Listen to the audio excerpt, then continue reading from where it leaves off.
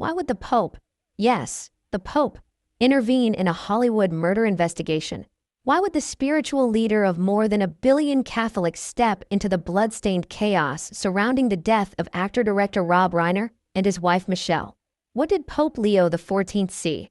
What did he hear that made him break centuries of silence between church and state? Before we continue, please hit the like button, subscribe to the channel, and turn on the notification bell for updates. It started as a quiet Sunday in Los Angeles. But by nightfall, a family was destroyed, a nation was stunned, and a global spiritual leader had spoken 4 chilling words. The sins run deep. This is not just another Hollywood tragedy. It's something darker, stranger, almost biblical in its unraveling. This is the murder mystery no one saw coming. And at the center of it all, a powerful, grieving son, a hidden document, a betrayal that spanned decades, and a truth the Vatican couldn't ignore. But what exactly was revealed behind the Pope's private walls?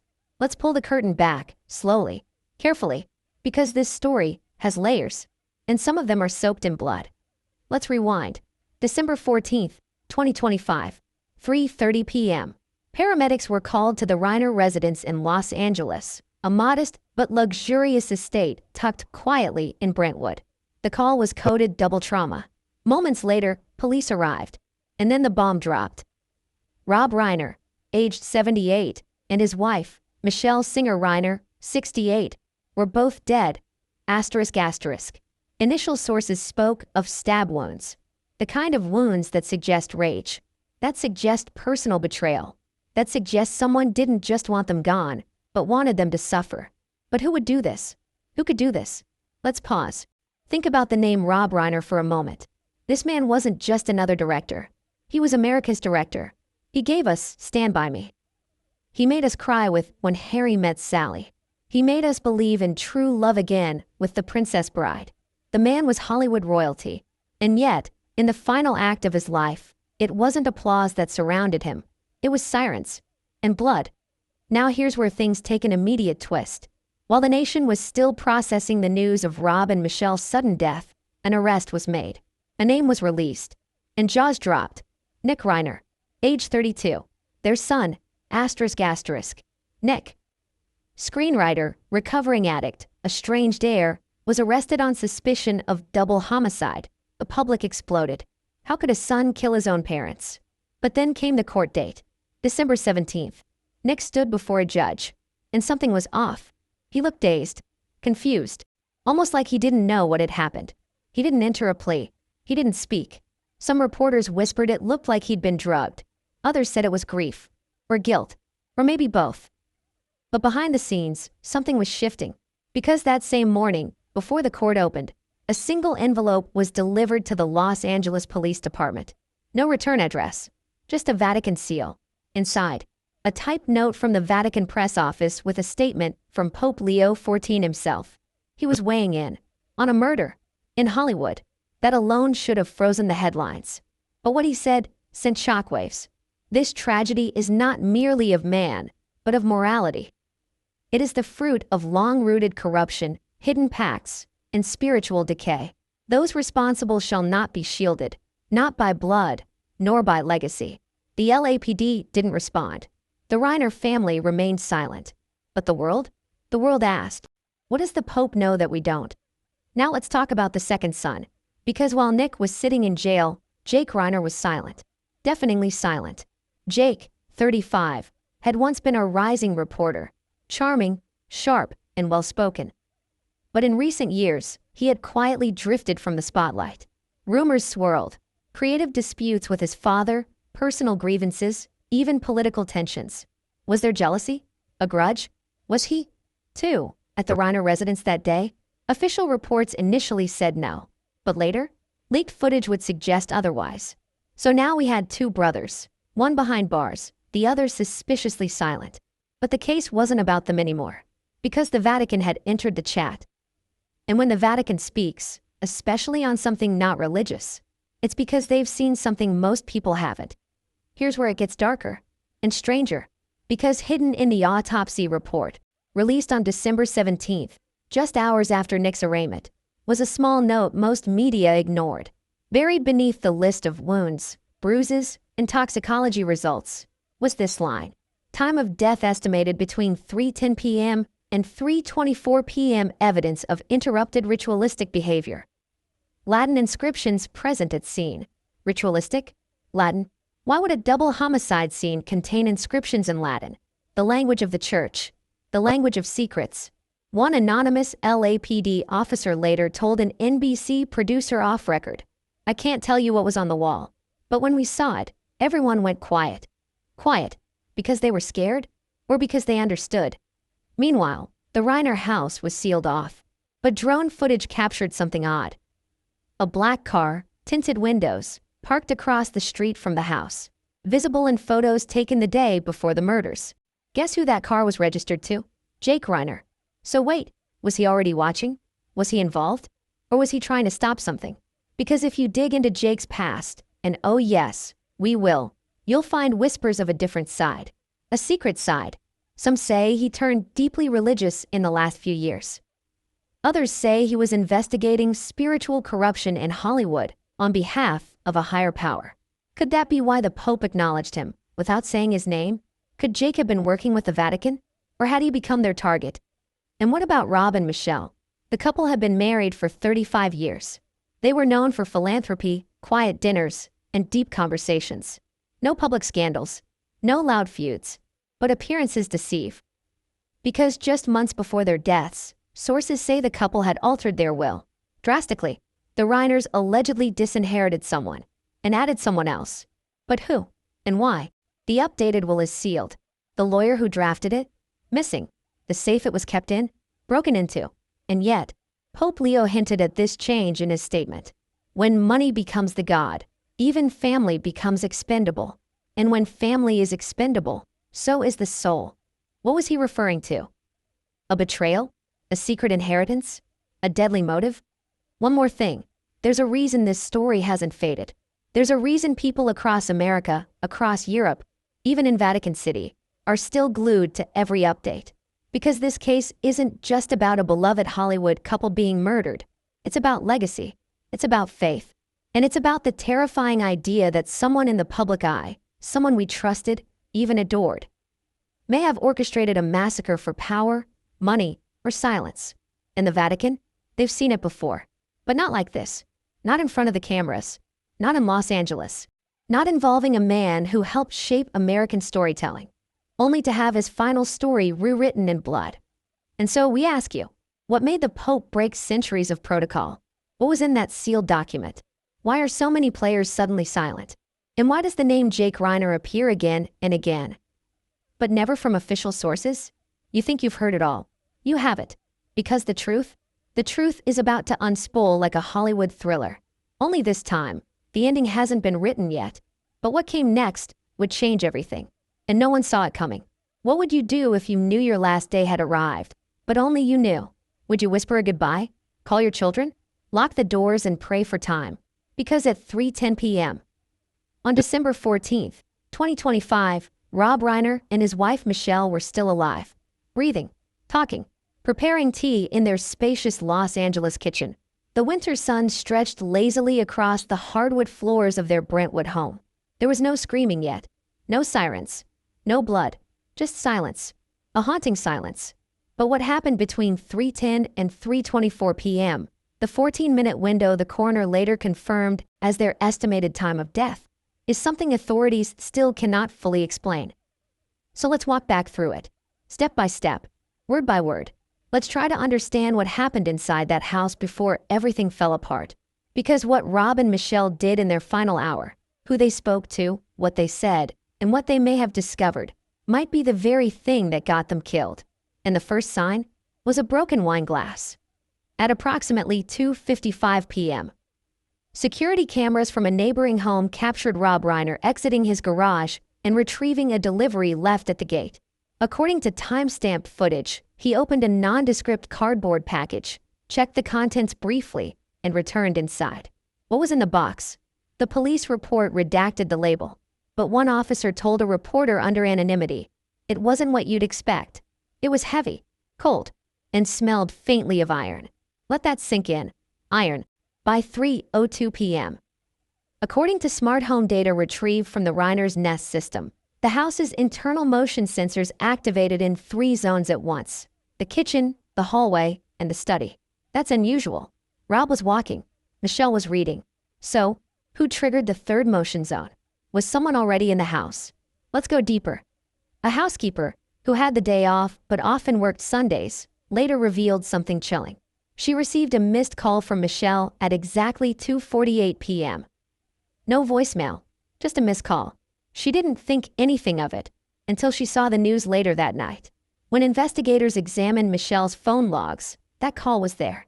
But curiously, Michelle's last outgoing call wasn't to her housekeeper.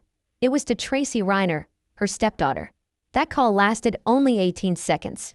According to Tracy, Michelle simply whispered, "Is Jake with you?" Then hung up. Why would she ask that? Why did she sound nervous? Why wasn't that in the police press release? Now here's where things turn ominous. At 3:11 p.m., a glass shattered in the kitchen. A neighbor heard it through an open window. Shards were found later, scattered across the marble island counter, with a few small drops of blood mixed in. Not much, but enough to raise questions. Did Rob cut himself? Or was there already someone bleeding? Forensics showed that the blood on the glass wasn't Rob's, or Michelle's. It belonged to an unidentified male. So let's piece this together. Rob picks up a strange, iron-scented package. Michelle makes 2 rapid phone calls, one of which is only a whisper. Sensors detect movement in multiple parts of the house. A wine glass shatters. Blood is present, but it doesn't match the victims. Someone else was there. But how did they get in? No signs of forced entry. No broken locks. No surveillance footage of someone approaching the home from the front. Unless they were already inside, waiting, watching. According to data from the Reiner's smart refrigerator, yes, investigators even pulled this. 2 cups of green tea were poured at 3:08 p.m., and the kettle was turned off at 3:09. This seems like nothing, right? But here's the eerie part. One of the cups was found broken, smashed against the wall, as if thrown. The other was untouched. So one person panicked, threw theirs, and one never got the chance to drink. What happened in those 60 seconds? And who was the tea for? The timeline thickens at 3:13 p.m. That's when the hallway Alexa device registered a loud thump. This was followed by what Amazon's audio logs described as muffled shouting and sustained distress sounds. Distress sounds. That's the AI's terminology for screaming. Investigators requested the full audio log from Amazon, but the file had been corrupted. But here's the catch. Only that 1 minute of audio was damaged. The logs before and after? Fully intact. How does that happen? Some suggest it was a technical glitch. Others suspect it was wiped, deliberately, by someone who knew exactly what that Alexa would have picked up, what was said during that missing minute, and who wanted it buried. Now let's talk about what was found at the scene. At 3:32 p.m., a 911 call was placed from a landline inside the house. The voice? Unknown. The call lasted only 9 seconds. Dispatch heard panting, followed by 2 words. Too late. That's it. Too late for what? To save them? To stop it? To undo something that had already been set in motion? Officers arrived 6 minutes later. What they found was, in their own words, a double homicide with spiritual overtones. Blood on the floor. A trail leading down the hall. Latin phrases scrawled on the walls in what was later confirmed to be red ink, possibly lipstick. Non temibo mala. I will fear no evil. And beneath that, the initials JR. Jake Reiner? Jesus Redeemer? Or was someone trying to frame someone else? Because the next clue complicated everything. As Rob Reiner's body was removed from the scene, police found something beneath his hand. A piece of parchment, folded, slightly burned at the edges. On it was a passage, not typed, not printed, but handwritten, from Psalm 140. Deliver me, O Lord, from the evil man. Preserve me from the violent man, which imagine mischiefs in their heart. Continually are they gathered together for war. Why was that under his hand? Did he place it there? Was it a message to someone? Or was someone trying to send a message through him? Meanwhile, Michelle's body was discovered in the master bedroom, face down, one hand clutching a rosary, but not just any rosary. A Vatican-issued ceremonial rosary, the kind typically given only to heads of state or papal confidants. How did Michelle get this?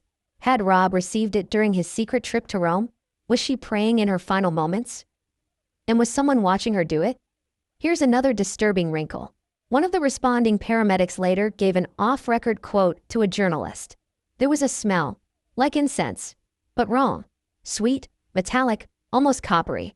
And there were candles, melted into the carpet, like someone had tried to burn them fast. Candles, Latin text, parchment under Rob's hand, a Vatican rosary in Michelle's. This wasn't just a murder. This was a message, or maybe a ritual. But for what? And why now? Later that night, as crime scene techs were packing up, one of them noticed something tucked behind a floorboard under the bed. A small flash drive, labeled only. For Leo. For Leo?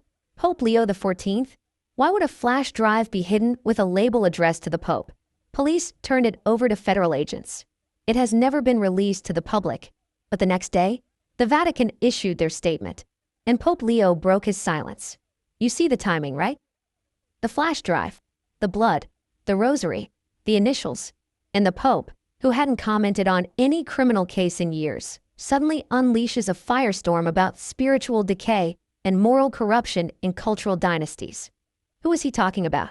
Jake? Nick? Hollywood? Or something else entirely? Because here's the last detail, the one that never made the news. Before the Reiners died, their home Wi-Fi connected to one unknown device at exactly 3:06 p.m. It pinged the Vatican's internal servers. Encrypted, untraceable, but confirmed. And 18 minutes later, 2 people were dead. What was sent? Why? And who sent it? All signs point to someone close. Someone who knew the codes, knew the network, knew the family. And if that person was Jake, why isn't he already in custody? The LAPD says they're still building a case. But the Vatican? They've already made their judgment. And what came next would tear the Reiner family apart from the inside out. What if the person the world blamed first wasn't the person investigators feared most? Because while the Vatican was receiving encrypted data, while Latin phrases dried on the walls of a Brentwood mansion, and while Rob and Michelle Reiner's bodies were being zipped into black bags, another drama was already unfolding, quietly, methodically, and with terrifying speed. It began with a knock on a door, not at the Reiner home, but at a small, unremarkable apartment just 15 miles away. Nick Reiner answered it barefoot, and within minutes, his life was over as he knew it. Let's start with the moment everyone remembers. December 15th, early morning. The sun hadn't fully risen yet when police vehicles pulled up outside Nick Reiner's residence. No sirens, no flashing lights, just a calm, rehearsed approach that suggested something very specific. They already knew who they were there for. Nick opened the door wearing a wrinkled hoodie. His eyes were red. Not bloodshot from substances, but swollen, like someone who hadn't slept. Or stopped crying. Police say he didn't resist. He didn't ask questions. He didn't even look surprised. According to the arresting officer, Nick simply said one thing as he was handcuffed. I didn't get there in time. That sentence never made it into the official report. Why? Because it didn't fit the narrative they were about to sell. Within hours, headlines exploded. Son arrested in brutal double murder. Nick Reiner held without bail. Hollywood dynasty shattered. The public reaction was instant and ruthless. Social media filled in the gaps faster than the police ever could. People speculated wildly. Drugs, money, rage, inheritance, daddy issues. But what if the story was never that simple? What if Nick wasn't the killer, but the warning system? Here's what authorities said happened. Nick Reiner, age 32, had a troubled past. Periods of estrangement, a history of addiction, financial instability, allegedly frequent arguments with his father over money and creative control. That was the version released to the press. But what they didn't emphasize was this. Nick had been sober for nearly 2 years. He had recently started therapy, and just 3 weeks earlier, he had filed a formal request to be reinstated into the family trust, not for money, but for access to documents. What kind of documents? That detail was sealed, but one family friend later told a reporter. Nick was scared.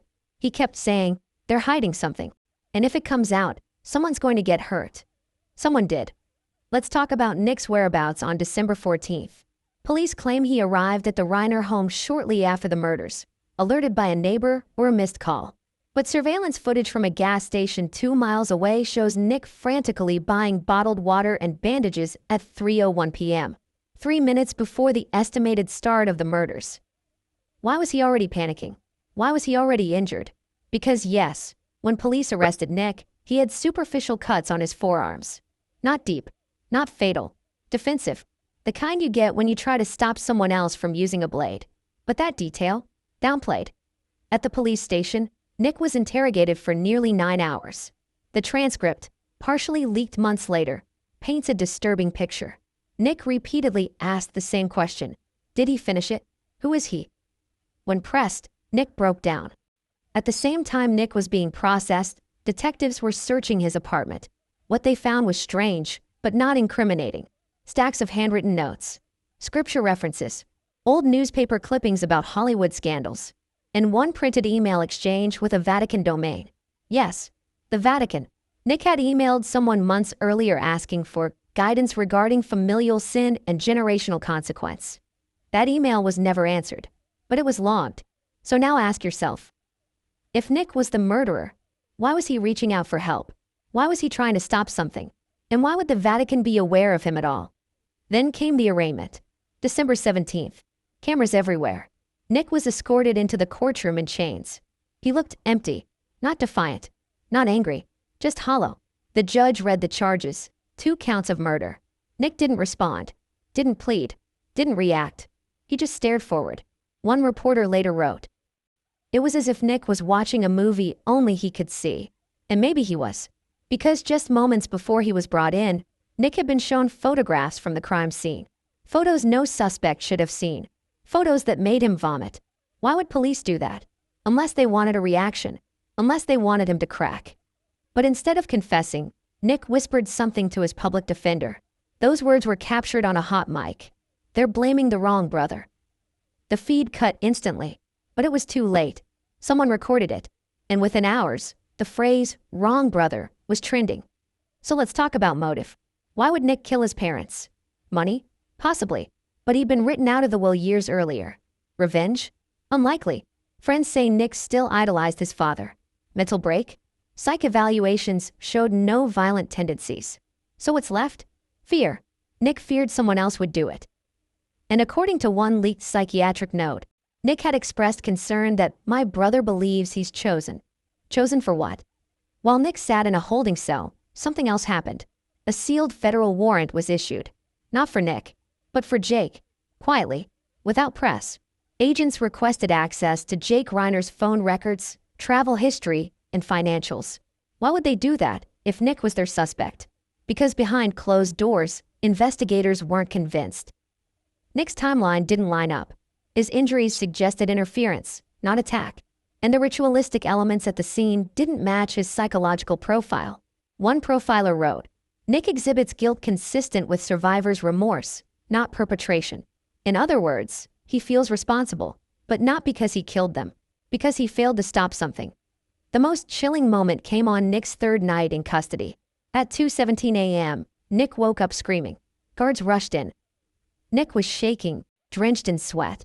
When asked what was wrong, he said, "He left the mark. That means it's finished."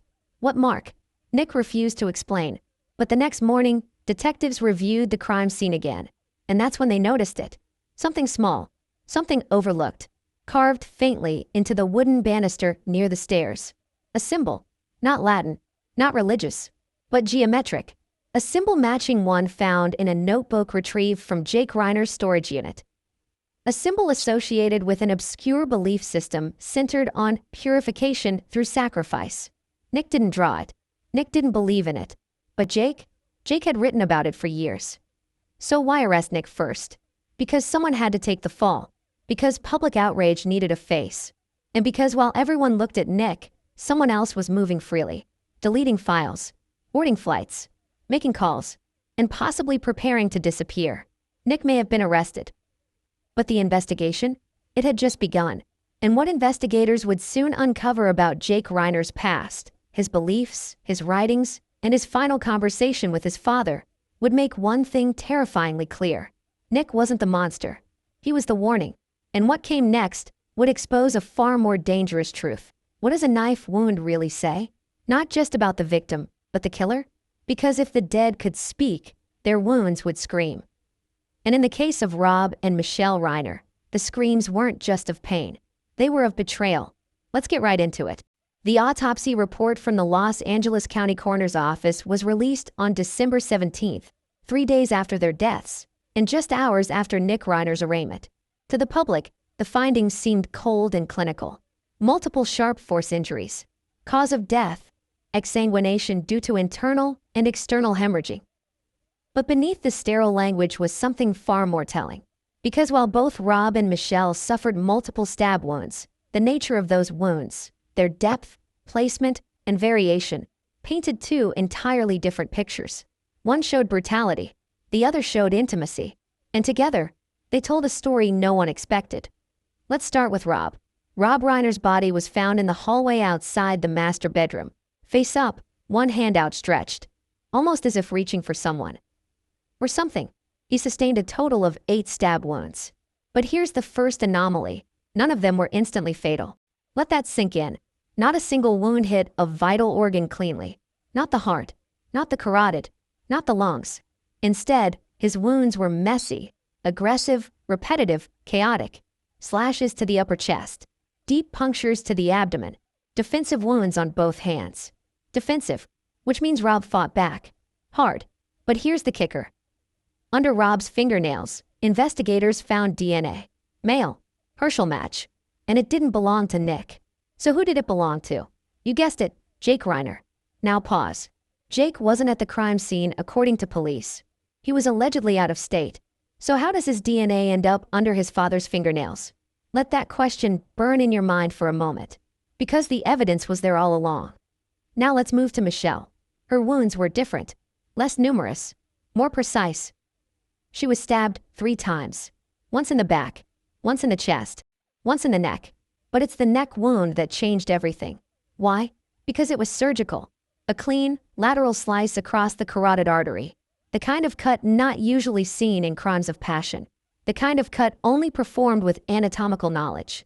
Let's ask the obvious. Was Michelle's killer calm? Focused? Had they done this before? And perhaps even more chilling, was it symbolic? Some criminologists believe Michelle's neck wound mirrored ritualistic practices in old occult sects, often symbolizing the release of voice, a silencing of secrets. Was someone trying to shut her up? Or worse, was she trying to say something? The positions of the bodies also matter. Rob, hallway, near the door. Michelle, bedroom, near the bed. But investigators noticed something else. Their bodies were not aligned with the blood trails, which suggests one thing. They were moved. After death. Why? Was it to stage the scene? To create a narrative? To hide something? And if so, what? Let's talk weapon. The blade used in the murders was never recovered. But based on wound depth and edge angles, coroners determined it was likely a single-edged knife, possibly military grade, 7 to 8 inches long. That's specific and rare, not your average kitchen knife. This was intentional, purposeful. Someone came prepared. Then there's the matter of residue. Both Rob and Michelle's wounds contained trace particles of something odd: cinnamon and clove oil. At first, it was dismissed as environmental contamination. But when lab tests confirmed those compounds were present inside the wounds, meaning they were on the blade, the question became undeniable. Why was the murder weapon coated in scented oil? Here's one theory. In some esoteric rites, blades are anointed with oil as part of ceremonial cleansing. A symbolic act meant to purify the tool used for judgment or sacrifice. Sound crazy? Well, guess what was found on the family bookshelf? A rare, out-of-print book titled The Theater of Blood, Sacrifice in Ancient Texts. It was bookmarked to a page about ritual purification through knives. And guess whose fingerprints were on that page? Jake Reiner's. Again, one more eerie detail about Michelle's autopsy. Her eyes, wide open. According to the coroner, there were no signs of post-mortem eye closure, something that typically happens during body handling unless intentionally preserved. But get this, traces of a clear, sticky substance were found on her eyelids. Upon lab analysis, wax, not candle wax, cosmetic wax, used for preservation. Someone had deliberately applied it to keep her eyes from shutting. Why? To keep them staring? To leave a message? Or to honor her? in the strangest, most horrifying way? Investigators still don't have an answer. Now, here's where things spiral even further. Inside Rob's stomach, medical examiners found traces of blue lotus. Yes, the ancient Egyptian psychoactive flower, used historically in visions, dreams, and rituals. Blue lotus is not sold at your local pharmacy. So how did it end up in Rob's system? Toxicology indicated he ingested it approximately 2 hours before death. Who gave it to him? Did he take it willingly? Or was he drugged? And what was he trying to see? The autopsy didn't just raise eyebrows. It turned the investigation sideways. Because every wound, every anomaly, pointed away from Nick and toward someone else. Someone colder, more calculating, with a knowledge of anatomy, a fascination with symbols, and a reason to make the deaths look theatrical. Sound familiar? Jake Reiner, who, at the time, was unreachable. Here's the moment that changed everything. On the evening of December 17th, the LAPD received a call from a Vatican liaison. They had just reviewed the autopsy, and according to our sources, the Vatican believed the wounds had a ritualistic intention tied to ancient purification rites. They asked, very specifically, was there a fourth wound on the male victim? Why ask that? Because in these rites, the fourth wound symbolizes the final passage, the erasure of sin. Investigators checked again, and yes, there was a fourth wound. Small, hidden under Rob's ribcage. At first, dismissed as incidental, but now, it became the key, a signature, and one that matched the same pattern found in a 2003 unsolved death in Italy of a film critic who had spoken out against corruption in cultural storytelling, who had investigated Vatican secrets, and who was found with the same wax on her eyelids. No suspects were ever named. But guess who was living in Italy at the time? Jake Reiner was attending a private seminar in Florence. A seminar focused on narrative influence in religion and cinema. Let that sink in. The coroner's findings became the tipping point. They forced detectives to reevaluate the case. Because if Jake's DNA was at the scene, if Jake's fingerprints were on the symbolic book, if Jake's timing, beliefs, and rituals all aligned, then the next question was obvious. Where is Jake Reiner? And what is he planning next?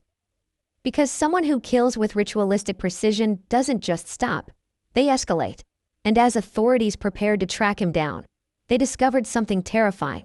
Jake had already boarded a flight. To where? Vatican City. And what he left behind would break the case wide open. What kind of man runs toward the Vatican in the wake of a double murder? What kind of son vanishes while his brother is arrested, his parents are buried, and the world is demanding answers?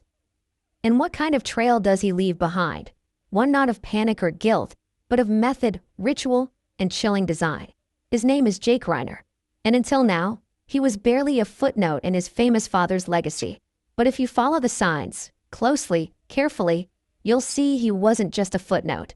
He was the punctuation mark, the exclamation, the period at the end of a tragic sentence. Because while Rob Reiner spent decades crafting Hollywood stories, Jake was crafting something else. Something darker, something sacred in his eyes.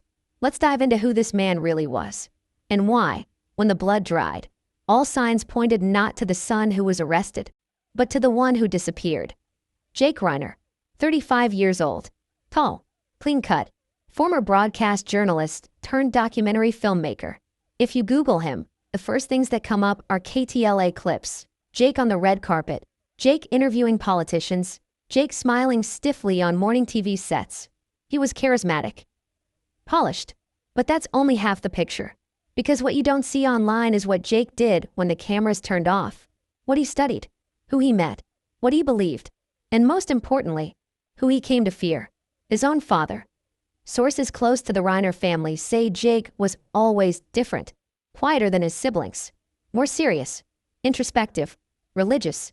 While Rob basked in the glitter of Hollywood, Jake gravitated toward theology. He studied religious symbolism in college. He wrote academic essays on narrative truth versus divine truth. At first, it seemed like an intellectual phase, but then it deepened. One of his former professors remembers Jake's thesis proposal, a comparative study of gospel martyrdom and modern storytelling in Western cinema, specifically, how sacrificial narratives are misunderstood in a morally bankrupt age. Heavy stuff. But it didn't stop there. Jake stopped drinking, stopped dating, started disappearing for weeks at a time. Retreats, monasteries, spiritual pilgrimages. According to family friends, Rob Reiner didn't like it. He called it extreme, unbalanced, a waste of time. Jake took it personally. One former friend recalls Jake whispering, "He mocks what he doesn't understand. But when the reckoning comes, he'll listen." What reckoning? And how far would Jake go to be heard? Let's talk about the flight. On December 15th, less than 24 hours after Rob and Michelle's bodies were found, Jake boarded a private jet. Not commercial, private, chartered through a Shell LLC. Destination, Rome. From there, a second vehicle took him to Vatican City, specifically to the guest house on Via di Porta Angelica, often reserved for ecclesiastical liaisons and visiting academics. So here's the real question. How does a failed broadcaster and estranged son get access to one of the most secure religious enclaves in the world? Unless he was expected, unless he had already been in contact with someone inside the Vatican, unless someone invited him. And here's the twist. That flash drive we mentioned earlier, the one labeled for Leo found under the Reiner bed, investigators later discovered its exact twin in Jake's storage locker in Burbank. Same brand, same model, same file structure. Only this second drive had a different label. It read Act 2. What was Act 1? The murders? Or the confession? And what, then, was Act 2? Inside that storage locker was more than just the flash drive. Police found something else. Something that sent chills through the task force. A handwritten manuscript, nearly 400 pages long, titled The Sacrament of Legacy, a guide to restoring spiritual order in fallen bloodlines. It wasn't fiction. It was doctrine. Written entirely by Jake. And chapter after chapter detailed how patriarchal corruption in celebrity culture had led to moral collapse, how families like his had lost their divine compass, and how restoration could only come through bloodletting and rebirth. Let that phrase sit with you. Bloodletting and rebirth. And remember, this is the son who fled to the Vatican, not Nick, Jake. One section of the manuscript was marked with a red tab. It read, "The time will come when the vessel of legacy must be pierced, not to destroy, but to cleanse. Let the patriarch fall by truth, and the matriarch by mercy. This is the order of things. Let the patriarch fall. Let the matriarch fall." The language matches not only Rob and Michelle's deaths, but the manner in which they died. Rob, overwhelmed, pierced repeatedly. Michelle, silenced with surgical precision. The patriarch by force. The matriarch by mercy. It matches almost too perfectly. So again, was Jake performing a ritual or carrying out a mission? Let's rewind a little. Weeks before the murders, Jake had allegedly requested a one-on-one meeting with his father. Sources say Rob declined, said they had nothing left to talk about. Jake was reportedly enraged. He sent a letter, a real, handwritten letter. Part of it leaked to the press. It said, "You can silence my name in your will. You can dismiss my voice in public, but you cannot silence the bloodline's purpose. You taught stories to the world. I will teach consequence." Chilling and prophetic, especially when you realize Rob had, in fact, recently changed his will. Jake had been written back in, while Nick was written out. Why the change? Was Rob trying to reconcile? Appease? Or was he threatened? No one knows for sure. But the change came only 9 days before the murders. Coincidence? Or countdown? Now here's something few people caught. In his KTLA days, Jake once covered a bizarre story about a televangelist who claimed divine visions during blood moon events. Jake interviewed him on air, mocked him even, but off camera, he stayed, talked for hours. That evangelist later claimed Jake asked for access to old texts, banned books, ritual references. Why would he want those? What was he looking for? And who else was helping him? Because here's the real shocker. Jake didn't act alone. Authorities now believe at least one other person helped him disappear, scrub files, and leak disinformation. An insider, possibly someone close to the Vatican. Which brings us back to that word. Chosen. Nick said Jake believed he was chosen, that he was fulfilling something. But what? A prophecy? A vision? A vendetta? As of now, Jake remains a person of interest. Not officially charged, not detained, but tracked closely. Because someone who disappears with theological texts, flies to the Vatican, and leaves behind a death script is not just a grieving son. He's a strategist, a believer, a zealot. And zealots don't stop. They escalate. And what investigators discovered next, hidden in a rented locker in Florence, would confirm their worst fear. This wasn't the end of Jake's plan. It was only the beginning. That what's the most terrifying sound you can hear after a double murder? A whisper. Not a scream. Not a bang. Not even a confession. But a whisper, delivered calmly, deliberately, and left behind like a breadcrumb soaked in blood. Because when Jake Reiner vanished into Vatican shadows, when Nick Reiner sat behind bars, and when the LAPD struggled to keep the public calm, a single voicemail changed the direction of the entire investigation. It wasn't supposed to exist. It wasn't supposed to survive. And yet, like everything in this case, it refused to disappear. What it revealed, and what it hinted at, was more than just motive. It was a warning, a personal one. And once you hear it, you can't unhear it. Let's rewind 48 hours. It's December 13th, 2025, the day before the murders. Rob Reiner is at home. No meetings, no press, just a quiet evening with Michelle. They order in Mediterranean food. Everything seems normal. But just after 10:12 p.m., something happens. Rob receives a call from an unlisted number. He doesn't answer. Instead, he lets it go to voicemail. That voicemail would later be deleted from his phone, but not from the cloud. And thank God for that. Because buried inside the family's cloud backup system, investigators recovered a chilling 18-second voice message.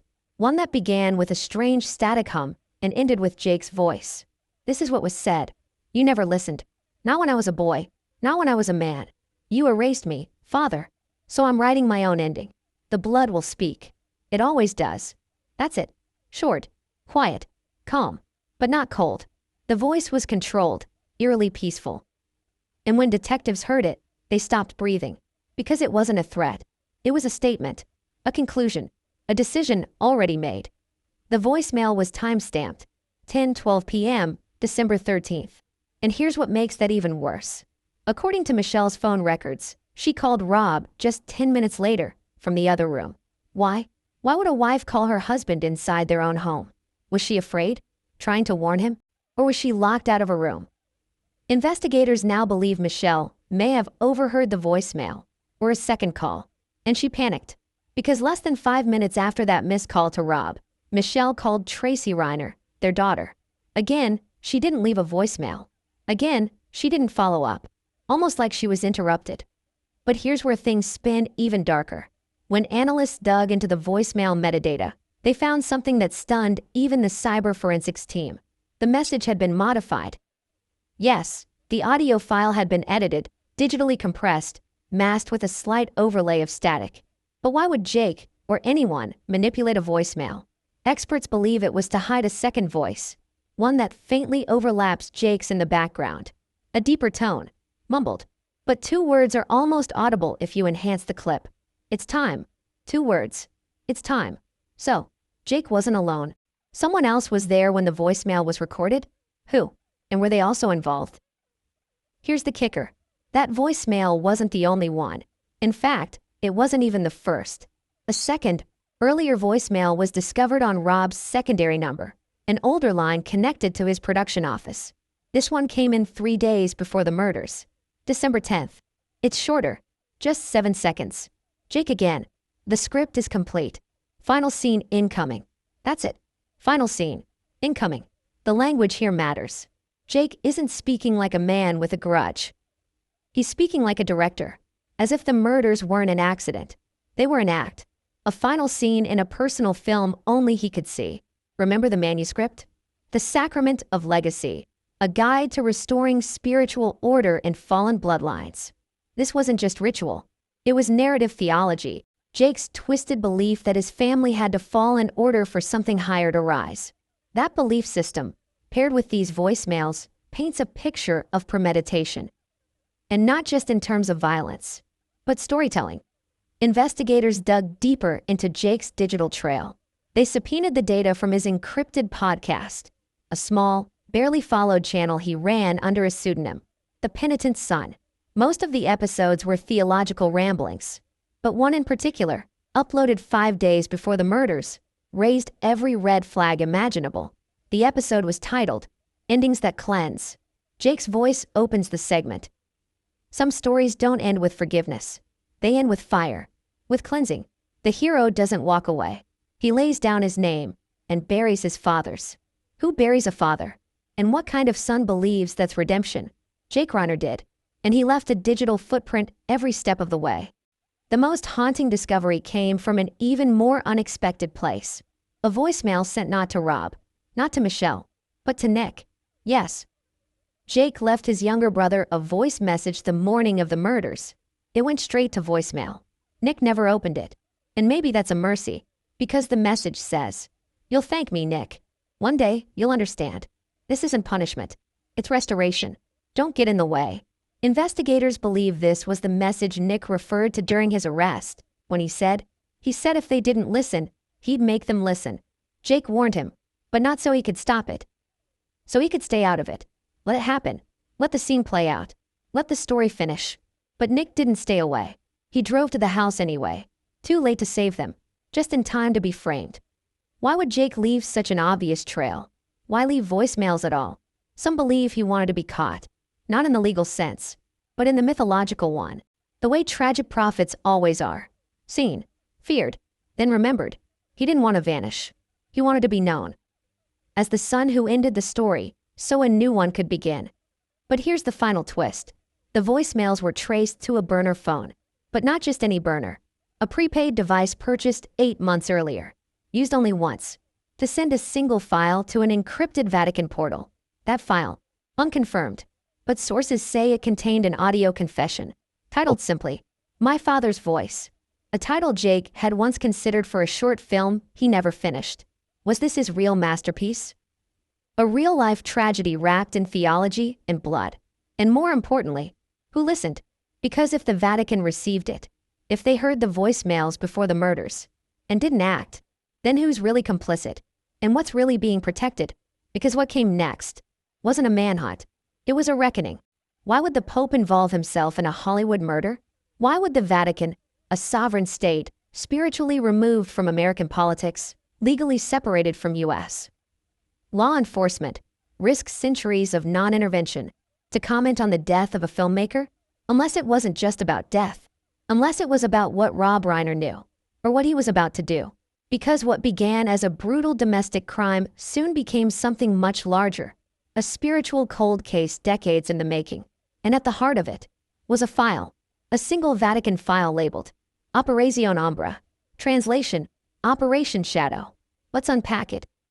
Because once the Pope opened that folder, the world would never look at the Reiner family the same way again. First, the facts.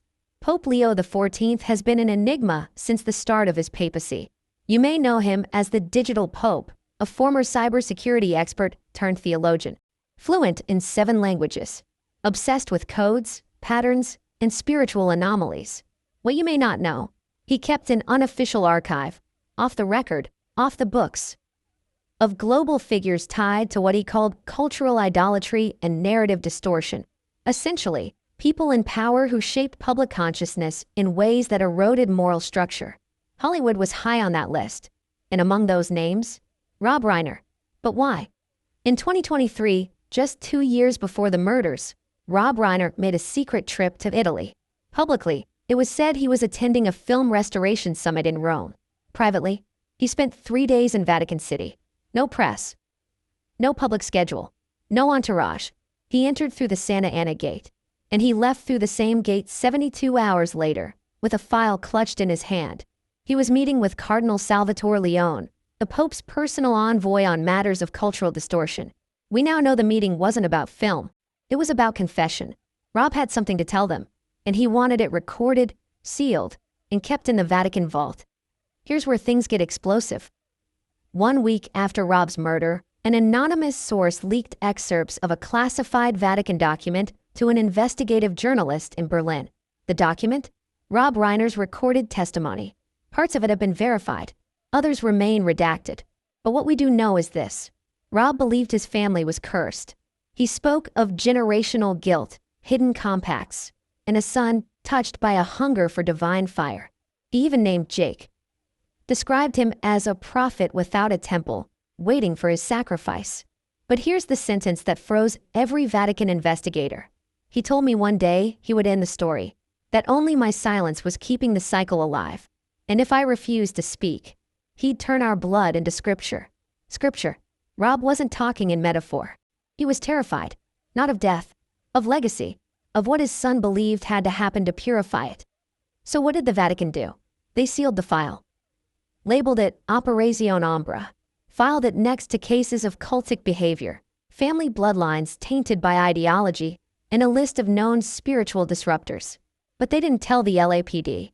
They didn't warn U.S. authorities. Why? Because the Vatican rarely interferes with secular investigations. Their code is silence, unless the act becomes a spiritual threat to others. And that threshold was crossed after the murders, when the flash drive arrived. Let's go back to the flash drive found under Rob and Michelle's bed. It was encrypted, but Vatican technicians cracked it in 2 hours. Inside, a series of journal entries, audio and written, by Jake Reiner. Entries that began with theological musings and ended with tactical outlines. One file was labeled, The Binding of Isaac, Stage Notes. Stage Notes, like a play. And in it, Jake compares himself to Abraham. His father, Rob, becomes Isaac, the beloved, the legacy, the sacrifice. But in Jake's version, there is no angel, no divine interruption, only fire, only blood. And the last line, the knife must fall so the word can rise. It wasn't just delusion, it was doctrine. Pope Leo reviewed the drive personally, and what he saw shook him, not just because of Jake, but because the ideology matched 2 other cases the Vatican had quietly monitored, one in Argentina, one in France. Both involved sons of public intellectuals who committed ritualized parricide. Both cited purification, restoration, legacy, and both left behind notes that mirrored Jake's exact phrasing. The vessel must be broken to be reborn. Is it coincidence? Or is there a deeper movement? Underground? Spiritual? Radical? That's what Pope Leo feared. And that's when he made the decision. He released a statement. Brief. Ominous. This tragedy is not merely of man, but of morality. It is the fruit of long-rooted corruption, hidden pacts, and spiritual decay. Those responsible shall not be shielded, not by blood, nor by legacy. It was the first time in over a century a pope directly commented on a non-political, non-war-related American crime. He wasn't just expressing grief. He was issuing a verdict. So what does this mean? Let's break it down. The Vatican had Rob's prior confession, knew of Jake's spiritual ideology, had access to his recordings before the LAPD, classified the case under Operazione Ombra, a category reserved for legacy-based spiritual corruption. And once the Pope went public, pressure mounted on U.S. authorities to dig deeper, not just into Jake, but into the network behind him. Because the question isn't just, why did Jake kill? The real question is, who taught him to believe it was holy? And now comes the darkest part. A second flash drive surfaced in Vatican City, mailed anonymously, identical to the first. Same label design. Inside, an audio file titled, Act 3. The Cleansing. In it, Jake speaks calmly. Alone. Clear quality. No static. He says, the first act is complete. The second is underway. When the third arrives, the light will find its vessel, and the bloodline will finally be clean. Analysts believe this was recorded after the murders, which means Jake sees something else coming. Something bigger. Something public. Something final. And if the Pope's sources are correct, Jake may have disciples. The Vatican has since tightened internal protocols. Papal emissaries are on alert. And Vatican Radio now refers to Jake Reiner by a new title, Il Semed del Vento, the seed of the wind, a biblical reference to those who sow chaos under the guise of prophecy. It's rare, almost never used. But when it is, it means the subject is considered dangerously persuasive, a spiritual threat, capable of attracting others. So this isn't over. Jake isn't done. And the next move won't come from the LAPD. It will come from the church. Because what happens when a man believes he's chosen, and the Vatican fears he might be right? Chapter 7. Rob Reiner's secret meeting in Rome, ***. Target 2000 plus words, ***. Continues from the last cliffhanger. Because what happens when a man believes he's chosen, and the Vatican fears he might be right? Asterisk. It wasn't listed on his public itinerary. No paparazzi followed him there. No press release announced his arrival. But on a quiet Tuesday in October 2023, Rob Reiner stepped off a private jet at Rome's Ciampino Airport and disappeared into Vatican City. He told friends it was a personal retreat, a little spiritual reflection, they said. But behind the Vatican walls, something far more serious was taking place. Because Rob wasn't just there to clear his conscience. He was there to deliver a confession, a warning, and possibly a last request. This was the moment everything changed. Not when the knife fell, not when the bodies were found, but when Rob Reiner walked into the church's most sacred chamber and said the words that would make a pope take action. Let's rewind. In the months leading up to this secret trip, Rob Reiner had been distracted. Friends say he'd become more withdrawn, more private, more anxious. He canceled several appearances, pulled out of a documentary project mid-development. And most curiously, he shut down a long-planned memoir project titled Asterisk, Framed by Light, A Life in Storytelling. Asterisk. Why? Sources close to Rob now say the memoir would have included a chapter about Jake, a brutally honest one. But just as the draft was being finalized, Rob withdrew it. Instead, he told his publisher, some stories aren't meant for books. Apparently, they were meant for something else. On October 17, 2023, Rob arrived at the Vatican under the name Richard Fuchs, a pseudonym tied to his maternal lineage, never before used publicly. He was escorted not through the main gates, but through the Porta di Sant'Anna, a restricted access point used primarily for internal church matters. And for the next 3 days, he met privately with Cardinal Salvatore Leone, Pope Leo's personal advisor on cultural affairs. Their meetings were recorded, sealed, but fragments have now leaked. Through whispers, investigative reporters, and a highly redacted Vatican memo now confirmed by multiple outlets. Here's what we know. Day 1, the introduction. Rob opens by acknowledging his fame, his influence, his legacy. Then he pivots, describing a dark thread running through his family. He speaks of his father, Carl Reiner, a legend in his own right, a pioneer of comedy, a patriarch of entertainment. But behind the camera, Rob says, there was a different man. Charming, brilliant, and terrified of silence, Rob tells the cardinal. He claims Carl instilled in him a need for control, a fear of weakness, and an obsession with public perception. Then, slowly, he begins to talk about Jake. He calls him a mirror I couldn't break. Says Jake began quoting scripture at age 11, began asking about sacrifice by 13, started testing boundaries of pain and transcendence by 17. Rob admits, asterisk, I thought it was a phase. I was wrong. Asterisk. Day 2. The revelation. Rob brings a folder. Inside, letters, photographs, audio files. These were not known to exist prior. One letter is dated 2021, written by Jake. It reads, you live in fiction. You make false gods from celluloid. You wear truth like a costume and call it art. I am not your character, Father. I am the correction. Rob tells Cardinal Leone, asterisk, that's when I knew. This wasn't rebellion. It was scripture. In his mind, he was writing the last chapter of Us. Asterisk. He shows the cardinal another letter. This one handwritten by Michelle. It says, Jake scares me now. I see something behind his eyes that wasn't there before. He talks about bloodlines and redemption. He watches me when I sleep. The cardinal reportedly pauses, asks, asterisk, have you contacted civil authorities? Asterisk. Rob shakes his head, says, asterisk, they won't believe me. He hasn't done anything. Not yet, but I know he will. Asterisk. And then Rob says the thing that forced the Vatican's hand. He leans in and whispers. He's trying to become a prophet. And I think he believes on the sacrifice. Day 3. The deal. According to sources, this is when things become delicate. Rob asks for something rare. He requests sanctified guardianship, a status typically reserved for political refugees, whistleblowers, or those under spiritual threat. The Vatican declines, but they offer an alternative. They agree to record his testimony, to seal it, to store it in the Vatican's most protected archive, the Archivum Secretum Apostolicum Vaticanum. Rob agrees. He signs the deposition, And before he leaves, he says something that still echoes inside the Vatican halls.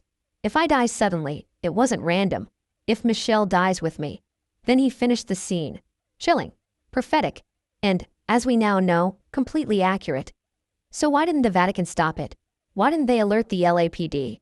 That's the question burning across headlines. But the answer is complex. Because to the church, unless the threat is global, unless a spiritual contagion is certain, they don't interfere. And until blood was spilled, Jake Reiner was just another prodigal son with strange ideas. But in hindsight, they were warned. Rob warned them. And in doing so, he left a breadcrumb trail, not just for the Pope, but for us. To understand Jake, to understand the theology of murder, we had to understand the Father. And Rob knew it. Before he left, Rob gave one last thing to the Vatican, a flash drive, the same model as the one found under his bed. On it, a video file, titled simply, "For Jake, If I Fall."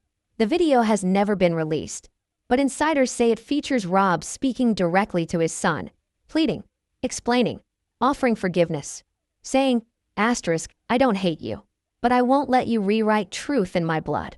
Asterisk. It's unclear if Jake ever saw the file, but if he did, he didn't stop. After the murder, when Pope Leo released his statement, many assumed it was about Nick. They were wrong. It was about Rob's testimony, about Jake's ideology, and about what the church feared might come next. Because this wasn't just about death. It was about influence. Jake didn't want to kill his father. He wanted to cleanse the story, reframe the narrative, burn the reel so the audience would only remember the ending. And what happens when a man does that, and others start to listen? That's what Rob was really trying to prevent. Not his death, but Jake's legacy. Because stories outlive us. And some stories, when built on blood, become scripture.